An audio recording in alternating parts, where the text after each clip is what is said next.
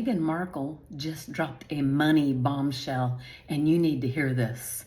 Listen, she was on a podcast and she was talking about wealth and women and wealth in general, what we can learn about money and mindset. Her actual quote was this: I think so many women, especially, we're taught to not even talk about money. And there's a lot of guilt mentality surrounding having a lot. At the same time, there's a scarcity mindset that it's easy to attach to, like, I'll never have enough.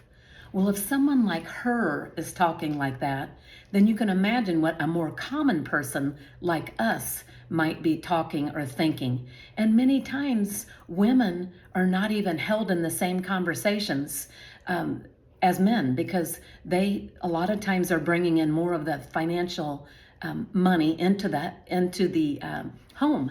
But here's the deal: a lot of times the woman controls the pulse of the home. And here's 5 takeaways that I'd like to give you with that in consideration, that the women are the ones controlling. We're going to remodel a room, we're going to go here on vacation, and that type of stuff. The first takeaway is money guilt is very real, and it's learned, it's not inherent.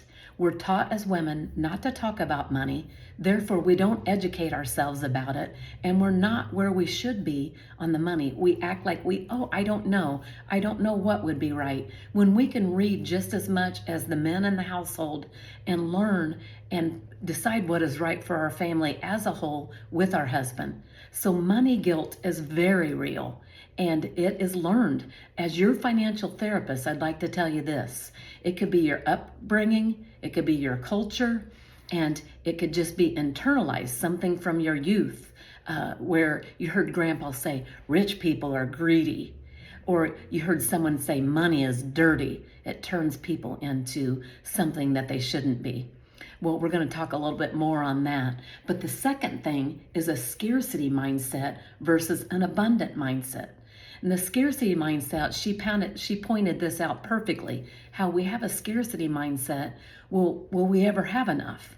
And many people talk about what you need to retire, and some people will say, you need $1 million. I know plenty of people who do not have $1 million and are retiring, and they are comfortable because they've adjusted their lifestyle to most of their things are paid off. Some people will say you need $9 million, $5 million isn't even enough. So there's a scarcity versus abundance mindset, and it's easy to attach to this. I'll never have enough. I'm going to work 1 more year so that I make sure I have enough in retirement.